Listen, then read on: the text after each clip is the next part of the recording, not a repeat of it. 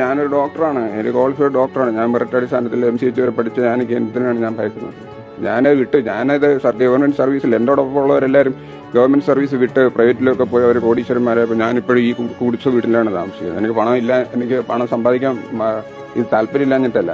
ഞാൻ ഗവൺമെന്റ് കോളേജുകളിൽ പഠിച്ചുകൊണ്ട് ഗവൺമെന്റിന് സർവീസ് കൊടുക്കണം എന്നുള്ളൊരു വിട്ടുവീഴ്ചയുടെ പുറത്താണ് ഞാൻ ജോലി. ഡോക്ടർ ഹാരിസ്, എന്തൊരു ക്ലാരിറ്റിയാണ്, എന്തൊരു വ്യക്തതയാണ്. കാരണം അദ്ദേഹം ഉപ്പ് തിന്നിട്ടില്ല, അദ്ദേഹത്തിന് മടിയിൽ കനമില്ല. പറഞ്ഞത് താൻ നികുതി പണത്തിൽ നിന്ന് ശമ്പളം പറ്റുന്ന ജനങ്ങളോടുള്ള പ്രതിബദ്ധത കൊണ്ടാണ്, ഒരു സിസ്റ്റത്തിന്റെ ദൗർബല്യത്തെക്കുറിച്ചാണ്.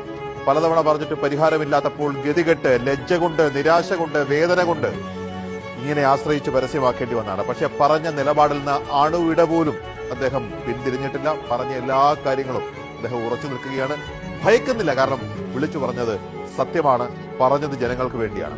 രണ്ട് പ്രധാനപ്പെട്ട കാര്യങ്ങൾ വല്ലാതെ ഞെട്ടിച്ചു അദ്ദേഹത്തിന്റെ പ്രതികരണത്തിൽ. ഒന്ന്, ഏകദേശം 1 വർഷം മുമ്പ് ആരോഗ്യമന്ത്രിയുടെ പ്രൈവറ്റ് സെക്രട്ടറി അദ്ദേഹത്തെ ഓഫീസിലേക്ക് വിളിച്ചു വരുത്തി. എന്തിനാണ്? അദ്ദേഹത്തിന് വേണ്ടപ്പെട്ട രോഗിയെ വേണ്ട രീതിയിൽ കൈകാര്യം ചെയ്തില്ല എന്ന പരാതി പറയാൻ വേണ്ടി പ്രിൻസിപ്പലിന്റെ സാന്നിധ്യം. അപ്പോഴും അദ്ദേഹം പറഞ്ഞത് ആ കാര്യങ്ങൾ ബോധ്യപ്പെടുത്തിയതിനു ശേഷം മെഡിക്കൽ കോളേജിലെ പ്രശ്നങ്ങളെ കുറിച്ചാണ്.